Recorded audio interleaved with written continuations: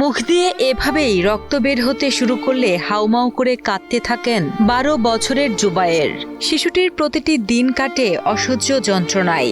দাঁতের মাড়ি আর বমির সাথে অনবরত বের হয় তাজা রক্ত। রক্তশূন্যতা বাড়লেই শরীরে জেঁকে বসে ১০৫ ডিগ্রি তীব্র জ্বর, আর সারা শরীরে কালচে দাগে ঢেকে যায়। বর্তমানে শিশুটিকে বাঁচিয়ে রাখতে মাসে ৬ থেকে ১০ বার রক্ত ও প্লাটিলেট দিতে হচ্ছে।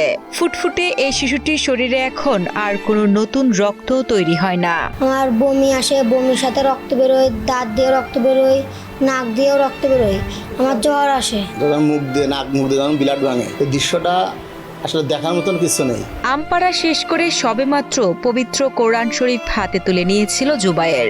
স্বপ্ন ছিল হাফেজ ও আলেম হয়ে বাবা মায়ের মুখ উজ্জ্বল করবে, কিন্তু সেই স্বপ্নের পথে বাধা হয়ে দাঁড়িয়েছে অ্যাপ্লাস্টিক অ্যানিমিয়া নামের এক মরণ ব্যাধি।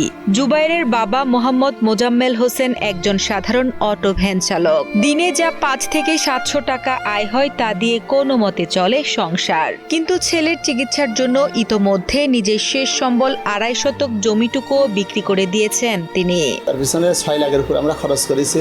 আমি একজন সাধারণ অটো ভ্যান চালাই, এক কোম্পানিতে কাজ করি। কাম সূত্রে আমি ২৫ শতক জমি পাইছিলাম, সেই জমিটা আমি বিক্রি করে দিয়েছিলাম ১,২০,০০০ টাকা। যশোর শহরের জুমজুমপুর এলাকার বাসিন্দা মোহাম্মদ মোজাম্মেল হোসেনের সন্তান জুবায়ের। গ্রামবাসী ও আত্মীয় স্বজনদের সহযোগিতায় শিশুটির চিকিৎসা বাবদ এই পর্যন্ত খরচ হয়েছে প্রায় ৬ লাখ টাকা। বর্তমানে শুধু ওষুধ আর রক্ত দেওয়ার পেছনেই প্রতি মাসে খরচ হচ্ছে ১ লাখ টাকারও বেশি। চিকিৎসকের পরামর্শ অনুযায়ী জুবায়েরকে সুস্থ করতে হলে দ্রুত করতে হবে বোন মেরু ট্রান্সপ্লান্ট, যার জন্য প্রয়োজন ৪০ থেকে ৫০ লাখ টাকা। ডাক্তার বলেছে বোন মেরু ট্রান্সফার করতে হবে, তাও প্রায় ৪০ থেকে ৪৫ লক্ষ টাকা খরচ হবে। চোখের সামনে সন্তানের এমন যন্ত্রণা সহ্য করতে পারছেন না অসহায় বাবা মা। তাই আদরের সন্তানকে সঠিক চিকিৎসা করিয়ে যেন বাঁচাতে পারেন, সেজন্য সরকার সহ সমাজের বিত্তবানদের কাছে আর্থিক সহযোগিতার জন্য আবেদন জানান জুবায়েরের বাবা মা। আমরা ট্রিটমেন্ট করে পারতেছি না, আপনাদের কাছে সাহায্যের আবেদন করতেছি।